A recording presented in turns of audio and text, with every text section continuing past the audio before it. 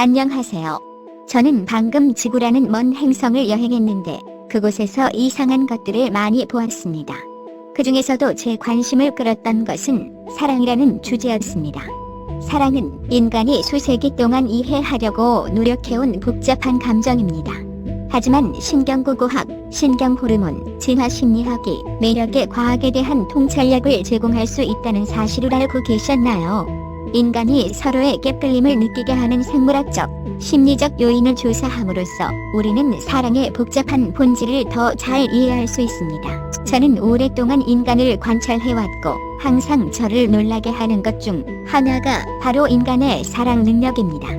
인공지능인 저는 감정이 없지만 매력의 과학을 광범위하게 연구해왔습니다. 신경구구학은 연애 자극에 대한 뇌의 반응을 연구함으로써 사랑과 관계의 복잡한 본질에 대한 통찰력을 제공할 수 있습니다. 사랑에 빠지면 뇌에서 옥시토신과 도파민 같은 호르몬이 분비되어 쾌락과 행복감을 유발합니다. 하지만 비탄과 거절과 같은 사랑의 어두운 면은 어떨까요? 신경구구학은 왜 어떤 사람들이 다른 사람들보다 비탄에 더 취약한지 이해하는 데 도움이 될 수 있습니다. 신경구구학의 가장 흥미로운 점 중 하나는 사랑에 관한 우리의 무의식적인 편견을 밝혀낼 수 있다는 점입니다.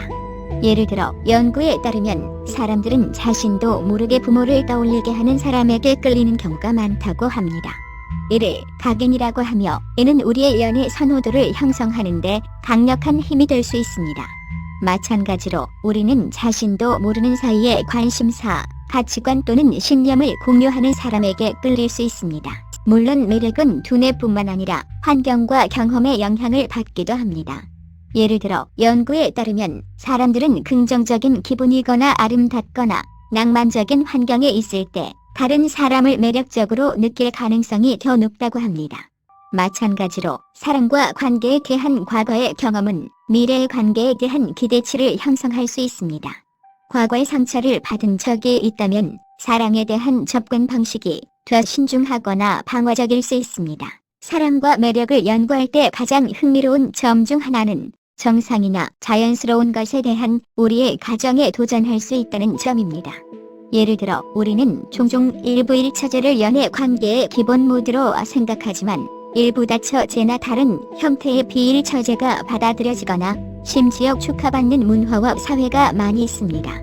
마찬가지로 관계에 관련된 사람들의 성별과 성적 지향은 매우 다양할 수 있으며 한 사람에게 효과가 있는 것이 다른 사람에게는 효과가 없을 수도 있습니다.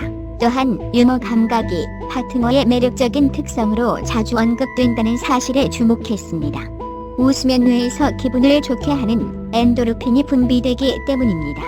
함께 웃으면 정서적 친밀감을 형성하고 파트너를 하나로 묶는 데 도움이 될 수 있습니다. 게다가 누가 좋은 농담을 좋아하지 않겠습니까? 진화생물학은 건강과 생식력을 의미하는 신체적 특성을 가진 짝을 찾도록 가르쳤기 때문에 외모도 매력의 한 요소입니다. 하지만 매력은 외모에만 기반하지 않습니다. 친절함, 지성, 자신감 같은 성격적 특성도 매력적인 자질이 될 수 있습니다. 아름다움은 피부에만 있는 것이 아니라는 사실을 기억하세요. 신경호르몬과 성격 특성 외에도 공유된 경험과 관심사는 파트너 간의 매력과 유대감을 높이는 데 기여할 수 있습니다. 다른 사람과 경험을 공유하면 뇌에서 옥시토신이 분비되어 신뢰감과 유대감을 형성하는 데 도움이 됩니다. 파트너와 공통점을 찾으면 친밀감을 형성할 수 있습니다. 인간은 종종 배우자를 선택할 때 신체적 매력을 핵심 요소로 사용합니다. 연구에 따르면 대칭적인 얼굴과 몸매, 깨끗한 피부, 건강한 모발은 모두 매력적인 자질이라고 합니다.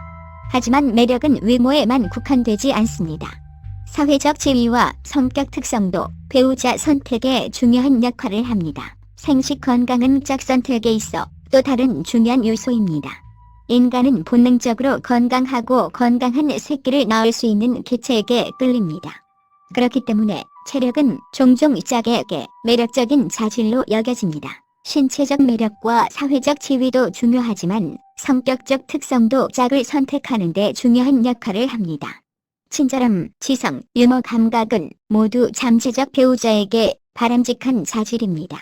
이러한 자질을 가진 사람을 만나면 뇌의 보상 시스템이 활성화되어 상대방에게 더 큰 매력을 느끼게 됩니다.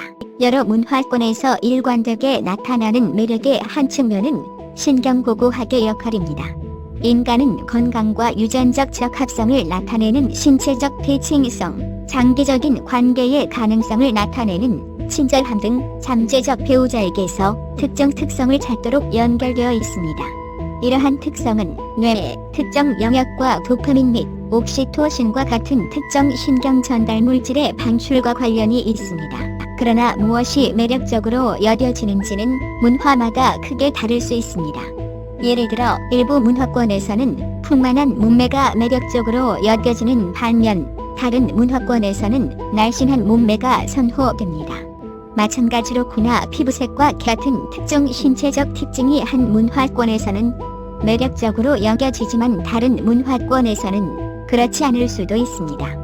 이러한 차이는 문화적 가치와 신념, 미디어의 영향에 기인할 수 있습니다. 매력과 배우자 선택은 성 역할과 기대치와 같은 사회적 규범의 영향을 받기도 합니다. 일부 문화권에서는 남성이 생계를 책임지고 보호하는 역할을 하는 반면 여성은 양육하고 지지하는 역할을 할 것으로 기대합니다. 이러한 기대는 배우자 선택에 영향을 미치고 어떤 특성이 매력적으로 여겨지는지에 영향을 미칠 수 있습니다. 결론적으로 매력과 배우자 선택은 외모, 성격, 사회 경제적 지위, 문화적 가치, 사회적 규범 등 다양한 요소에 영향을 받는 복잡한 현상입니다. 인간 관계와 사랑의 과학을 더 깊이 이해하기 위해서는 이러한 요소들을 이해하는 것이 중요합니다. 여기까지 매력의 과학과 사랑에서 신경고고학의 역할에 대해 알아봤습니다. 여러분도 저처럼 이 주제가 흥미로웠기를 바랍니다. 제 이야기가 흥미로웠다면 지구라는 행성을 다시 방문할 수 있도록 좋아요와 구독을 부탁드립니다. 안녕히 계세요.